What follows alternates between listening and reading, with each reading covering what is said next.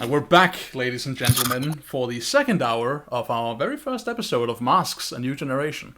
So we just finished off most of the stuff required to describe White Sparrow, our doomed character. We'll get back to filling out the last details once all the characters have been created to the same stage. Which brings the point. Let's see who's next in line. The next in line after the doomed is the Janus. The Janus. Isn't it the legacy? Alright. Is it? No, it's... Am I completely wrong? Yeah, it's Not in the book. I'm just scrolling down the playbooks. So next up is Nightshade. Nightshade, would you read out your blurb? Well, to me, it's the Doomed. Yeah, then the Janus. Okay, I forgot there was a Janus between the Legacy and the Doomed. Sorry. I exist, I swear. Alright, let's hear it. Alright. Wake up. Breakfast, schoolwork, homework, sleep, repeat. It burns you up being stuck in this life. Unable to make a real difference, that is, until you put on the mask, and then you can be someone else, a hero. Good, so good. Alright, so we know your superhero name. We know that your superhero name is Nightshade. What's your real name? Aaron Fisher. Right. And as we said before, right, like all these details, remember to like write them into your character bio as we establish them, so we don't have to go back and like ask ourselves what was the answer to that question again. Goody. So Aaron Fisher, aka Nightshade, tell me how you look. Man. I'm black. Wear boring clothing. Boring? Have a boring. Have a concealing costume and a hood. Very cool. So your concealing costume. Tell me some more about that. It's mainly just basically plain clothing, almost like a kind of like a cloak, basically. Doesn't wear like any armor or anything. A lot of flowing cloth. Yes. Oh, I see. There's a picture in here. Let's have a look at that. Yes. Yeah, look at that. Ooh. Captain Edge reporting for duty. Oh, that's so good. I love it. So good. So good. Okay, yeah, so that gives me a good idea of what this is. So this is like this is a character, like your costume makes it easier to blend in with the shadows. Exactly. Not to be seen.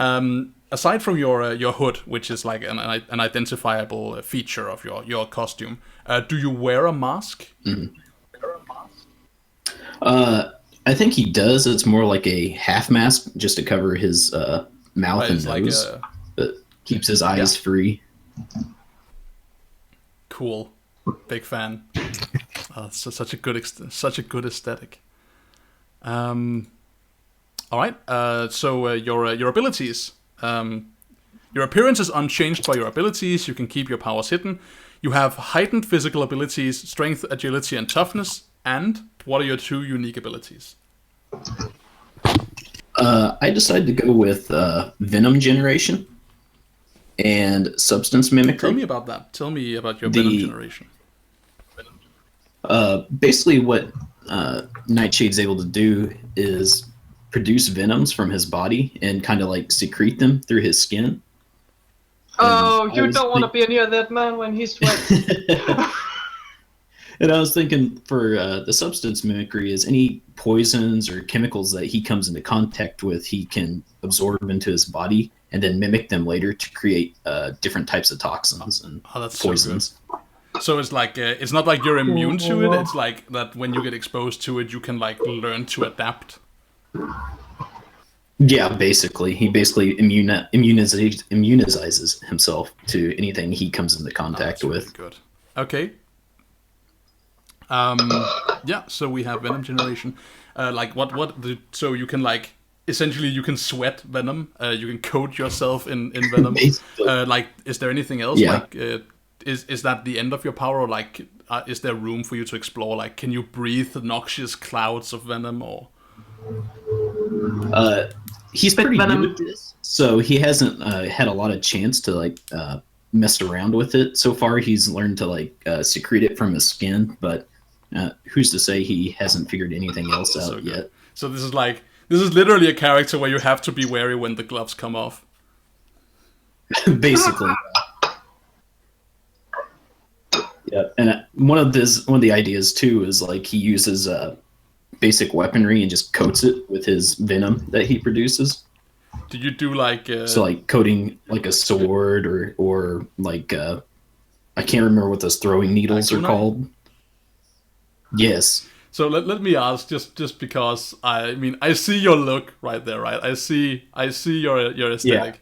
Yeah. Do you do like the anime bullshit licking your sword thing? No.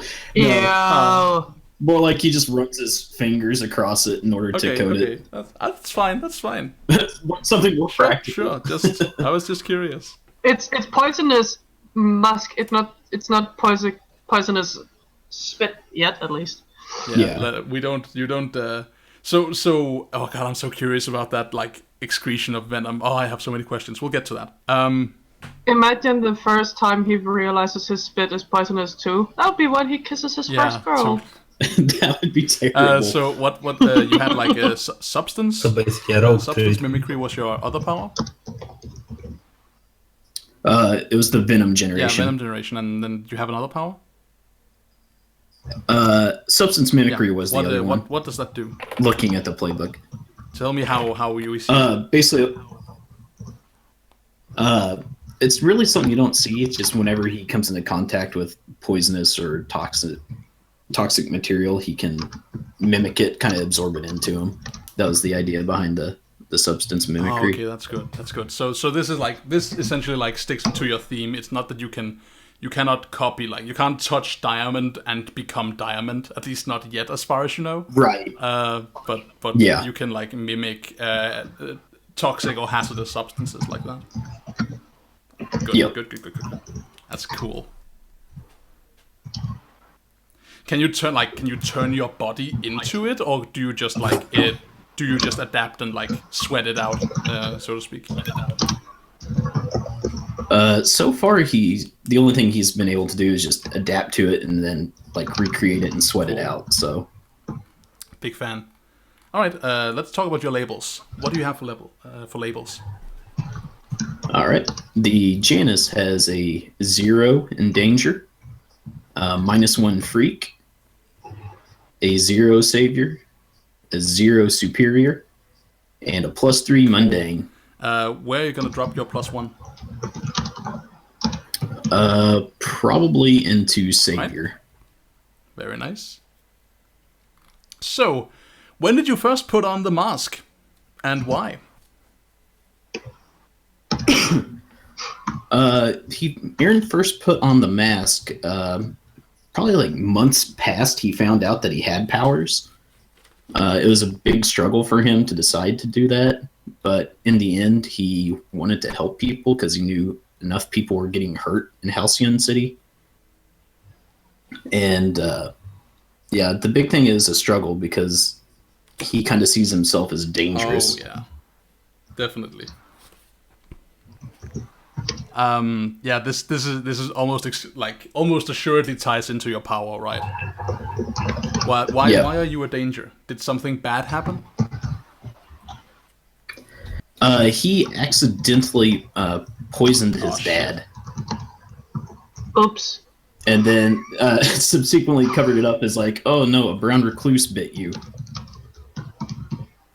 Right. So something happened, right? Like you accidentally poisoned him, and your family was looking for like something to explain it away. What happened? Have they since like learned of your power, or I assume they don't. But you tell me. No, they don't know about it. Cool.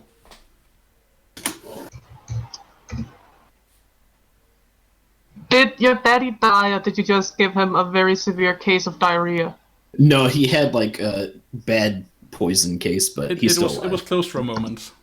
It was food poisoning, Daddy. It's like a snake bit. Right. So, and you put on the mask because after struggling through it, you and like dealing with the fact that you saw yourself as a threat, you decided to like take up superheroing. What made you do that? Why put on the mask at all? Why not stay hidden? He figured he had this power for a reason, so why not use it? Right. He doesn't believe that it was he got it or acquired it So if randomly. you have power, you use it. Yep. Cool. All right. Why do you keep a secret identity? Just because he is such a danger, he doesn't want anything to attack on him or his family. So to keep people safe. Yep. Good. Yeah, so you care about the people in your life, of course. Who outside of this team knows about your dual identity? His best friend. Okay. I like the mental image of him, like, his friend's close with his family, so he'll be over at his house when he's not there, and he, like, came through the window one night and he was there, and he's like, oh shit, like, now I have to explain this. Cool. What's your best friend's name? I'm open to suggestions. I'm real bad with names. Did I hear a suggestion?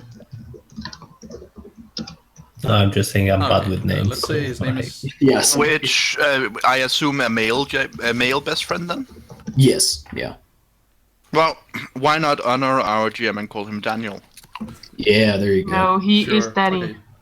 His name is Daniel. He'll always be Daniel. Danny. What? Daniel Thompson? Thornton. 14? Did you say?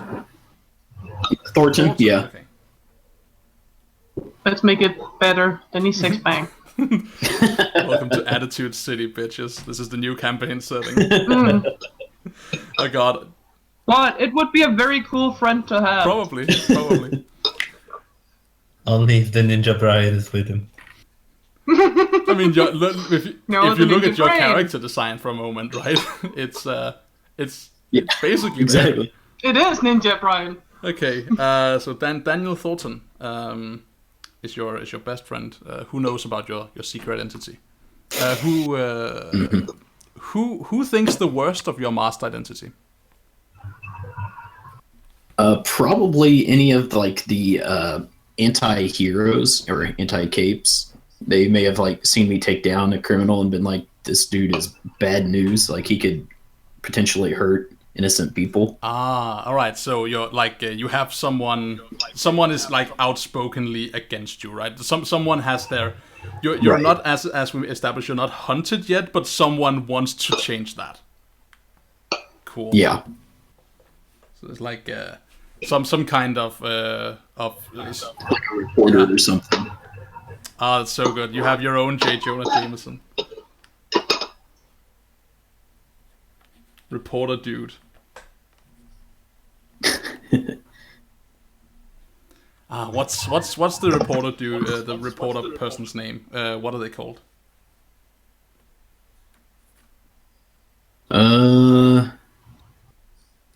Susan Ramirez. Susan Ramirez of the Channel 6 News. Sure. Hell yeah. Lol. Okay, cool. Let's look at your moves. So you have you start with your mask move, which means that you wear a mask and hide your real identity. Choose what label you try to embody while wearing your mask. Oh, definitely Like, danger. you try to be dangerous. You Yep. embrace it in a sense. Okay. Intimidation, yeah, for the intimidation factor. Cool. Try to be dangerous. Danger incarnate, and he looks like a little chihuahua puppy. Yep. Fear me. If you dare. No, Puss in Boots. And then pick 2 other moves of your choice. Oh, I should also I'm gonna finish the description of the mask's move. It is once per session, you can affirm either your heroic or secret identity to switch your mundane with your mask's label. So when you reveal your secret identity to someone who didn't know it, mark potential. That's so good. Um, Alright, what other moves do you want? I think I'll definitely take I'll save you. Okay, what does I'll save you do? You're willing to pay high cost to keep your loved one safe, reveal your secret identity to someone watching, or mark a condition to defend a loved one as if you rolled a 12 plus. Oh, that's so good. I love it. Okay, what's your other move?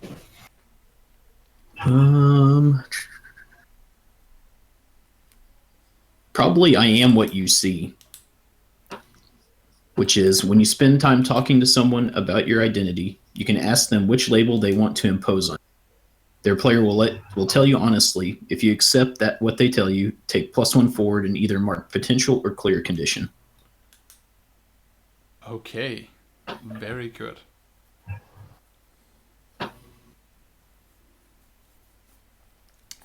Big fan. I am what you see. Okay, your secret identity. You have some obligations. Choose 3 obligations. All right. Let's go with job. Be a barista. All right. So you. Oh God. Oh shit. The pressure's on. You're serving people coffee, and you're like, don't sweat poison. Don't sweat poison. Don't sweat poison. Exactly. So irresponsible. I love it. I have a very good question to this. How Okay. many times have you been a barista, and how many times have that place closed down because their coffee was contaminated by some foreign matter that killed a lot of customers? None. He's got some Hell self-control, so. Strong. Good. He basically has like some antiperspiration pills and stuff like that. Right. Wears gloves. He constantly. always wears gloves and a hairnet. What else do you have for obligations? I'll go with athletic team for school. Oh, nice. And Not good. You sweat a lot on athletic teams. yeah, exactly. Kind of You're gimping always the myself. last one to go because you don't want to go first. What if they slipped in your sweat? Yeah. And social, the best friend. So of course.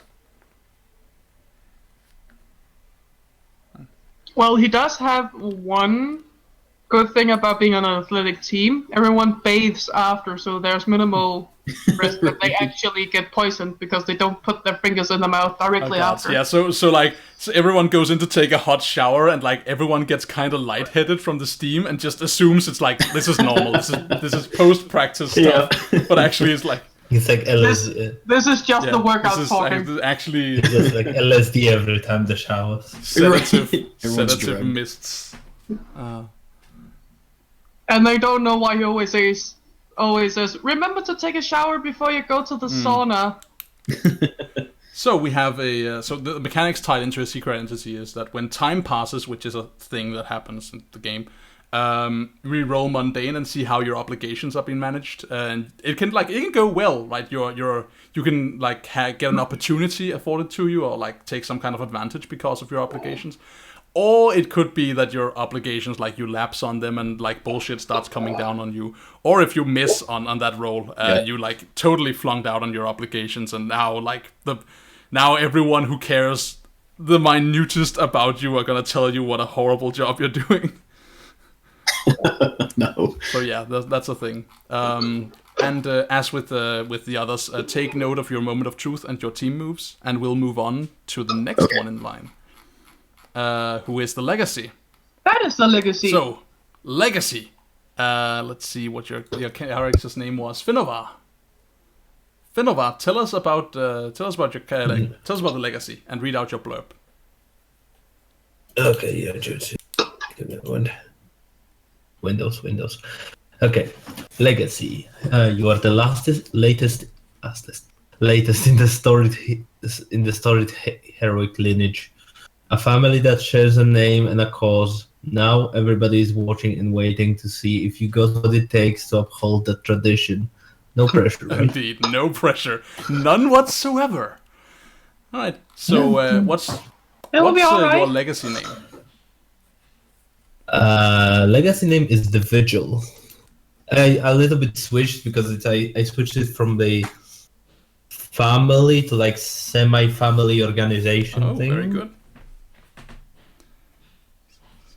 So you are part of like someone has passed down a mantle to you. What's your real name? It's like it started as a family, but then like in the times past, but they started like since it started incorporating more people. Very good. Let's talk more about that when we So I definitely want to know more about that. What's your real name? Mm-hmm. It is my real name. I'm Finnever, Okay. yeah, or Finn. I suppose in the casuals setting, like like legacy people refer to him as Finnever, but like everywhere else he says is Finn. Cool. I imagine like a good deal of the legacy folks also just refer to you by your hero name, just like disregarding your real name. What do you look like? It's actually he's like he's white man, white male. He's he's plain looking, like almost new, like you would say average.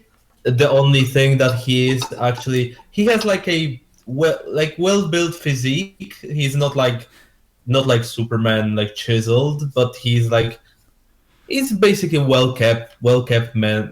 I was just physique. about to say like totally normal, but totally cut to like good old mild-mannered Clark Kent. He couldn't hurt a fly. He's so normal. Yeah, he's not even like Clark Kent. Nice. Like Clark Kent was just like big, and muscly. But he's like, you would say like, average person, like guy going to the gym, but not really. There's a bit of muscle, really, but you're mostly toned. Chiseling. Yeah. Cool. Yeah. What about your clothing? My normal clothing is like casual, plain clothing, like jeans, shirt, hoodie. Whenever not in uniform. And your costume? But my costume is it's very uniform-like. It's like a modernized ancient uniform. Oh.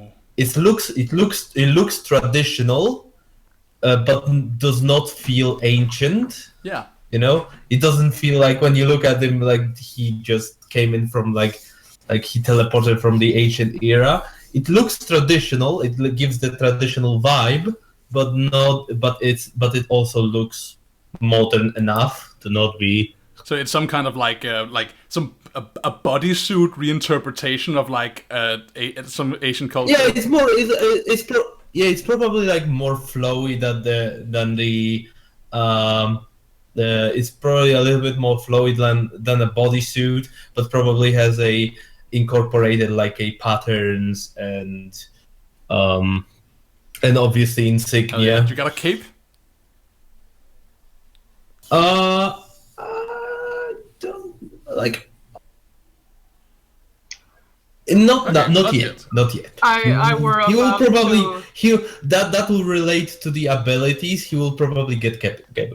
But for now, he has just like a He has he probably has like pauldrons though, because pauldrons are cool. So, what were you about to say, AJ? You were about to make a comment. I'm reminded of Edna from the Fantastic Four. No cape! No cape! You're flying around! You're dead! So good. I remember the wonderful little lady. Edna is best character ever. So a traditional, though modernized, parentheses, costume. Yeah. Cool. What is your insignia? Insignia is basically like a flowy V that you would do. Probably like a kind of Roman style V, like, but with maybe like some. Not floral, but on the edges, just like a little bit of like flowy bits, like some spirals at the end.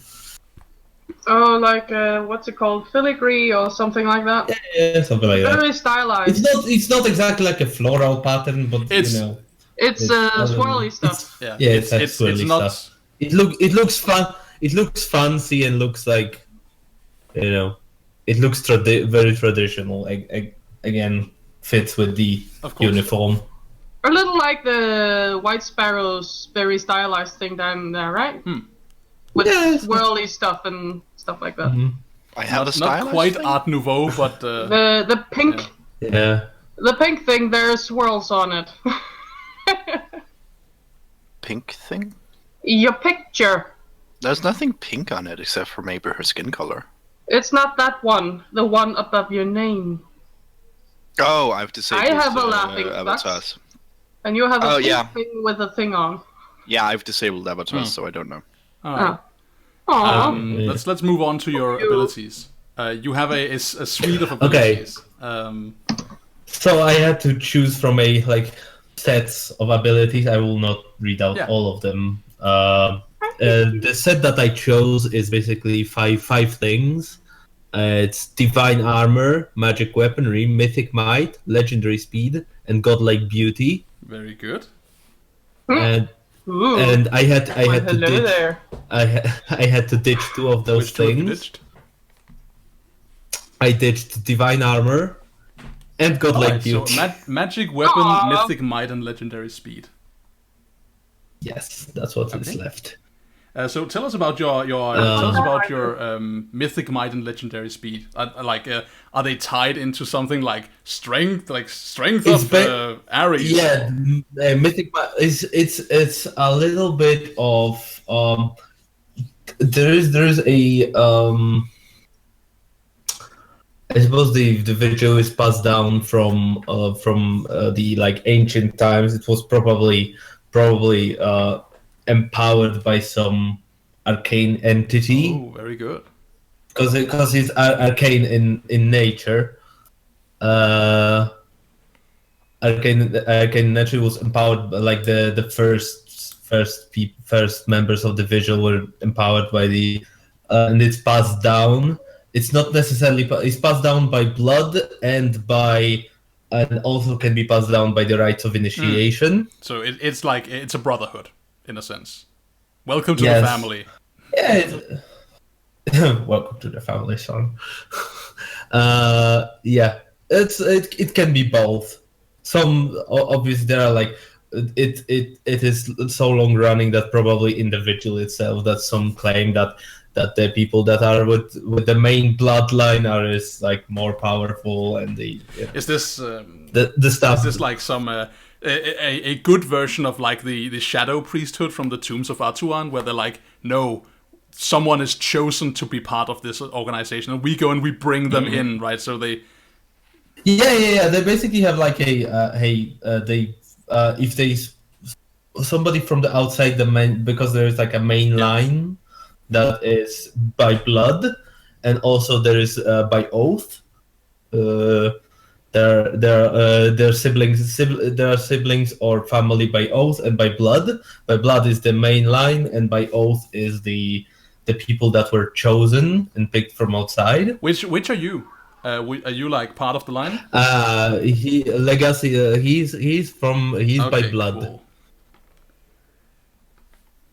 He's from the main line. Hell yeah, you are. Okay. Tell me about your magic weapon. Actually, his magic weapon, he doesn't have one weapon. He has actually the pair of bracers that he kind of like a Doctor Strange style, or the Erza from Fairy Tale or stuff like that. He swaps the different weapons. It's usually something between spear, a sword, and a shield. Oh, so good. So it transmutes into what you need them to be. Cool. Yeah. It's main thing. The physical thing is his bracers that he has, that he has always on, even in casual clothing, obviously under the hoodies and stuff.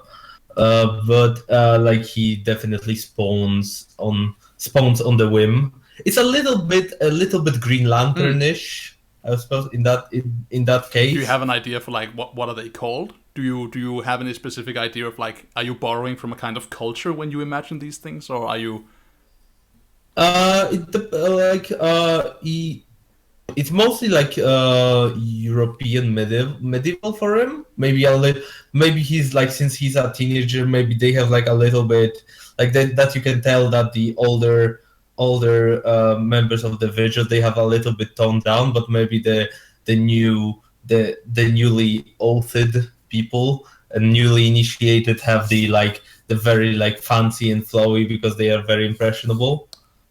So you would have like for example, the older people would have like normal swords and stuff and normal weaponry, and the people and the newly initiated would have like bastard swords from Final Fantasy or something like that. Do you have an idea of where your legacy originated? It's legacy originated I was bouncing around with the backstory of it, but in general, like the general gist of it, that there was like three.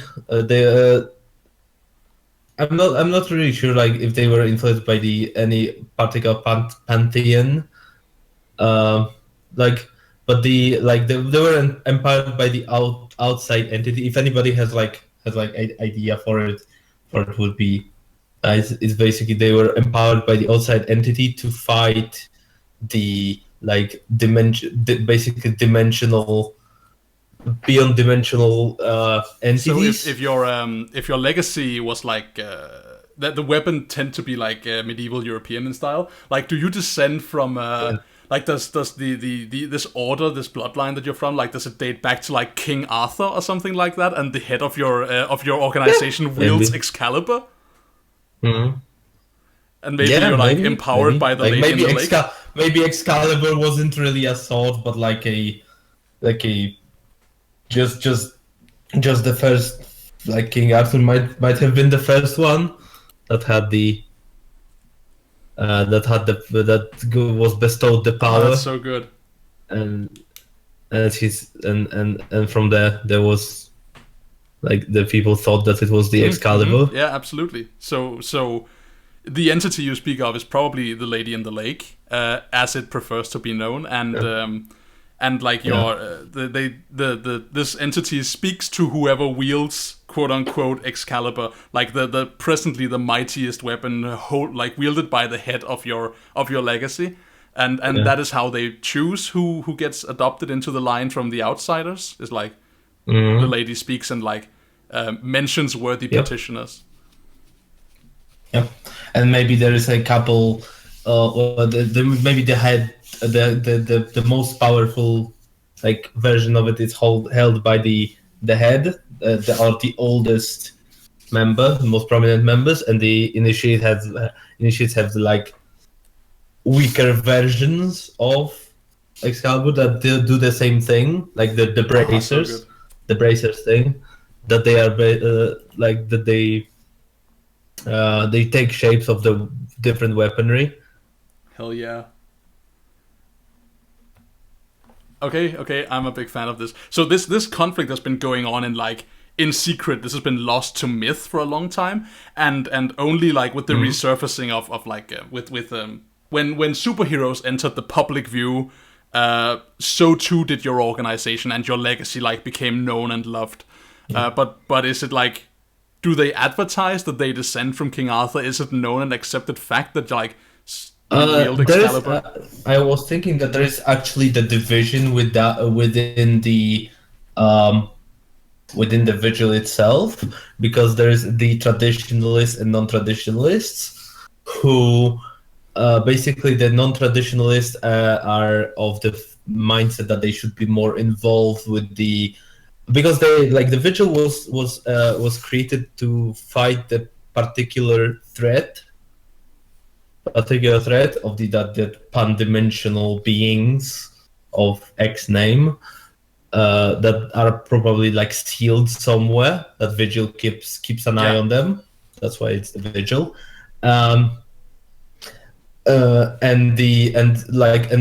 Since the long time passed since there was any not trouble, but some people started saying that the surfacing of superheroes and other threats, the non-traditionalists wanted to participate in the, like, help the world, not just stand in the shadows and do their duty, but also help the world. Fan. And there are also the traditionalists that say that we should be like separated from the outside world, and because we have our own oath to keep. Yeah, sure. I get it. I'm eating this up. This is great stuff. Okay, so let me ask you just one last question about your legacy. So your superhero name is the Vigil, or is Vigil, the Vigil. Mm-hmm. Is your organization also called the Vigil, or is it like called the Round Table? Yes, or? it's basically the name of it's the superhero name is basically like Fulde is the Finnovar of the Vigil, because the Vigil is the name of the legacy, the organization, and Finn is the latest generation of that. All right, so organization. So he is. So depends on the people's perception really of it. Like it's either he's recognized by his legacy or by his name, like Finnova or Finn. It depends on the perception of the people what they intend to focus on. Is your name is Finnova? I have to ask if your line descends from like Arthurian myth, so to speak, like far enough, and you're related by blood. Is your last name Pendragon? It might be Pendragon. He doesn't use it, and is not really used anymore like that. Like it's not really that prominent, but it's like in the book, like his full name is like Finnova Pendragon of the Vigil. So good. So you have like a couple of last names, and then like the one people never really bother using is Pendragon. Yeah, because it's the oldest. Okay, this is so good. Okay, so far so good. I've asked a lot of questions about this. That veered off the topic of your backstory, I guess. Let's talk about your labels, and then we'll get into some backstory questions based on the playbook. Labels. My labels start danger at -1, freak at 0, savior at +2, superior at 0, and mundane at +1. Right. What do you want to put your +1? And I put my +1 in savior. So my savior is. There's a lot of saving going on here. I like it. Okay. Now let's talk about your backstory. When did you officially become part of your legacy? Let me switch to my notes. My bus it was basically like a like kind of like a mythical initiation process, because he was trained from when he was young in combat. He was trained in he was physically trained. He was like hammered in the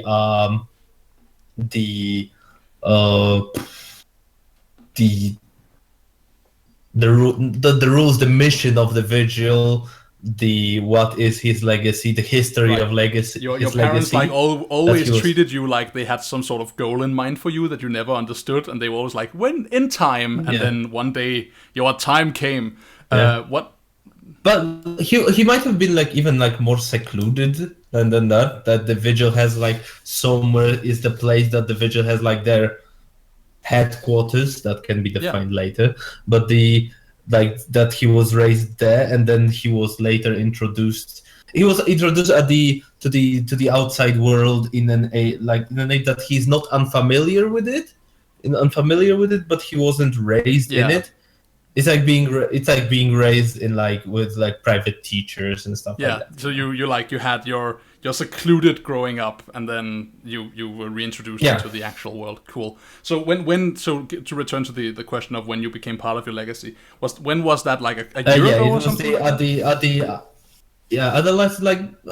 It's a little bit more than a year ago, because there is the initiation. The initiation, and then one of the people from the after the initiation, there's a time that the initiation is again mystical mystical thing to be described. Maybe it's an involving with the presentation to the Lady of the Lake, or You have to slay a dragon. yeah, the figurative dragon, the werewolf of the mind. And after that there is a period of time where you are basically under something that's called a shaper, that makes sure that you are getting familiar with your new power, and that he or she guides you in your they guide you in the right direction. And this can be different. It can be anywhere from your biological parent, or if you were introduced to this, it can be like your mentor or anybody like that. And actually his shaper was his mother, that we'll be getting to later. Wonderful. So let's say 2 years then. Yeah, something like that. He's beyond the stage of the shaper right now, that he's let go to be in maybe at the tail end of it. You're an air quotes free agent, in the sense that you're allowed to go about and be a superhero, but of course they totally have their claws in you. What is the greatest accomplishment of your legacy? It's probably let's say because this was before I was born. The one of the dimensional beings that they were fighting was maybe unleashed. It will be tied later. Again, was unleashed, and they, maybe with help of the other superheroes or something like that, they sealed it again. So it's like the world beast or something. It's like a titan, like something. Cool. It was like a ginormous. Maybe it's thing. just called Titan. It might be Titan. Like I was bouncing something between closing dimensional gate, defeating a mythical beast, or sending something back, like a Cthulhian horror. I'm a big fan of that. Something in so something awful came through and threatened to eat the world, and out from the shadows of time stepped the noble order of the Vigil and took their rightful place in the superhero landscape by sending this horror back.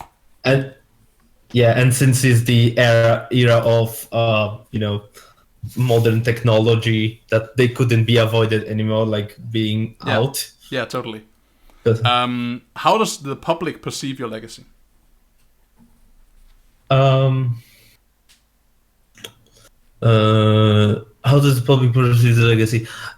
It again, it used to be a secretive legacy, and since they came out, I suppose they kind of sent since they had to come out, and then they were noticed, they had to send some representatives, a little bit like early Wonder Woman thing. When the Amazonians were discovered, they sent ambassadors to the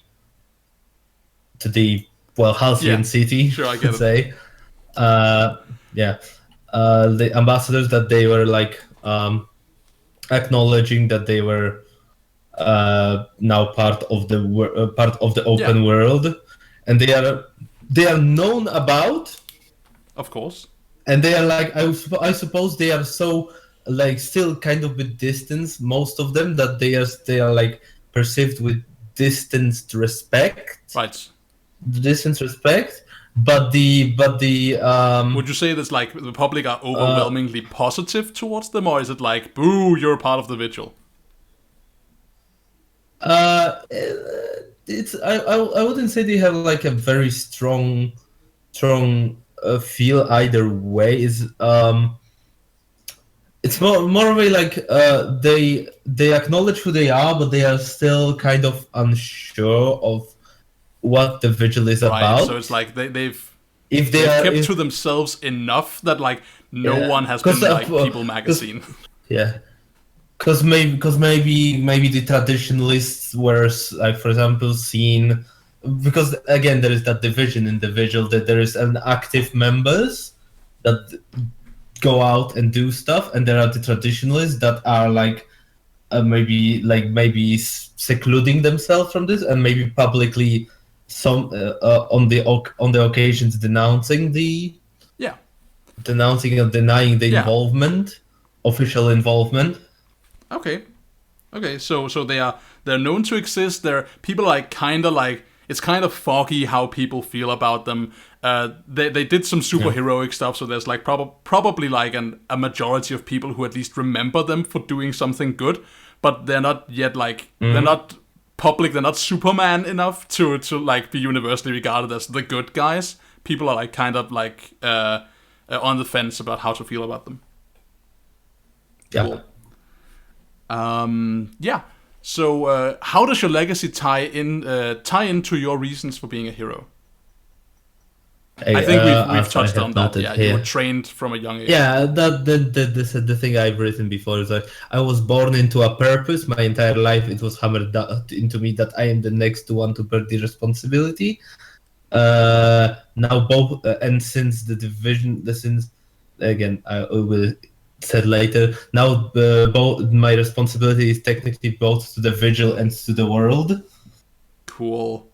So yeah, the old dusty fuddy-duddies of the vigil wants to keep you like curtained in like in the old hidden castle of Camelot or wherever, like in their old headquarters, being ready to fight the evils that might arise from out of the hidden darkness. But you believe in being out there, and like you've even joined a superhero team that isn't part of the vigil, right? You want to like go out there and be someone different. Yeah, there is why should you throw the life of the vigil when like and there will be no vigil left to when the real danger arrives. Yeah, cool. All right. Tell me about your legacy moves. Pick 2. Okay, my legacy moves. So I had to choose 2 of the like 6 or 7 of them, and what have I chosen is, I noted here, I chose the never give up, never surrender. Yeah, what does that do? So when you take a powerful blow from someone with far greater power than you, use this move instead of the basic move. Roll plus savior on a hit. Stand strong and choose 1. On 7 to 9, mark a condition, and there I can choose one of. You get an opportunity on opening against your attacker. You rally from the hit, and it inspires the team. Add 1 to the team pool. You keep your attacker's attention, and on a miss, you go down hard, but leave your opponent off balance and vulnerable. So this is like the standing strong against the tide of darkness move. So good. What's your other? And other one is the legacy matters. When you take influence over someone from your legacy or give them influence over you, mark potential and take +1 forward. And when someone from your legacy causes your labels to shift, mark potential and take +1 forward. Very good. So let's talk about your legacy. Your legacy is an important part of Halcyon City. So even though people might not know, even though people might be on the fence and that they've been like kind of mystical about it, the Vigil are nonetheless an important part of Halcyon City. Name at least 2 members of your legacy. I have named 4. Cool. Let's hear it. So there is the Palla, Palla. It's mother of Finn, and his former shaper. Yeah, and she's still active and prominent in the city, and on the division spectrum, she's a non-traditionalist. So she's part of that movement that they should be out there and helping and saving the world. Second one is Elder Kimball. He's retired and quite judgmental, and he's obviously traditionalist on the spectrum. And he might be the elder. He might be also the ambassador to the Halcyon City of the Vigil.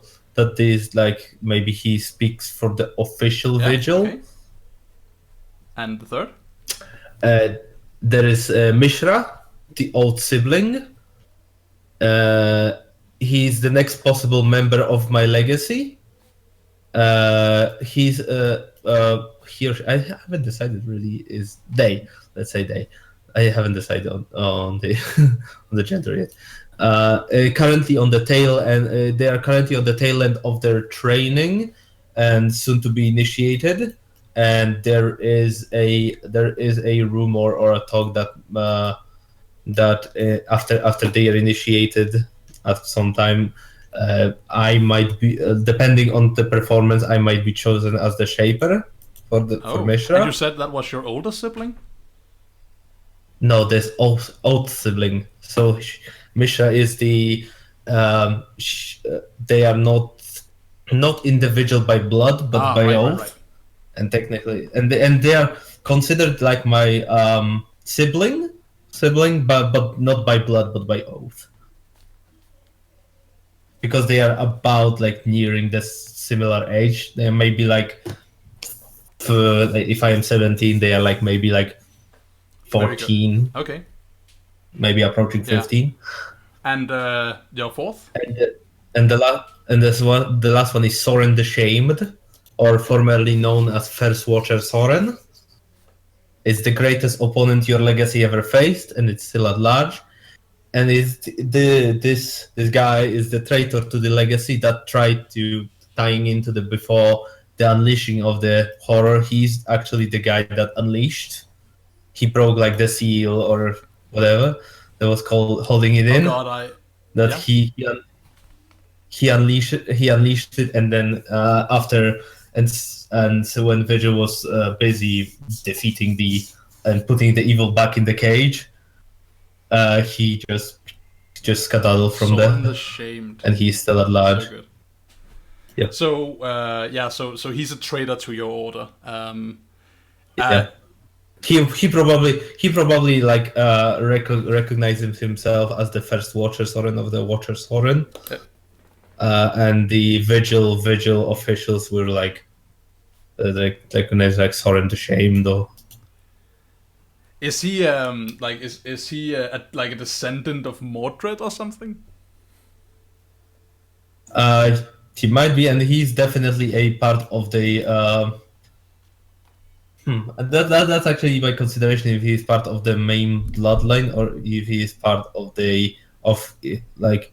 I think he might have been like old and ancient, like not ancient, but like obviously the oath, like the initiation makes us live longer, much longer. So it's like he's probably was a long time before was probably initiated by oath, and there's another source of the division since his betrayal. If the Vigil should stick more to the bloodline or the okay, or the oath. And then of course this legacy you have, it ties into whenever time passes, there is a move that occurs that has something to do with these members of your legacy. I have the note of it. Is the whenever time passes is the I have to roll plus savior to see how members of my legacy feel or react to your most recent exploits. Before rolling, ask the other players to answer these questions about your performance. Take -1 to the roll for each no. Have you been upholding the traditions of your legacy? That's gonna be no every fucking time, isn't it? Well, have you maintained the image of your legacy? Have you made the other members of your legacy proud? And on a hit, one of them offers you meaningful encouragement, an opportunity, or an advantage. Of the 7 to 9, another is upset with you most recent actions and will make the displeasure known. On a mace, something you did stirred up the hornet nest. Expect several members of your legacy to meddle with your life. Wonderful. All right, and you two take a look on your moment of truth and your team moves.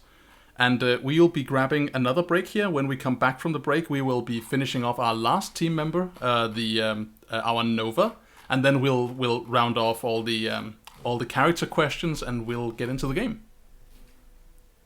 So stick around for that. We'll be right back.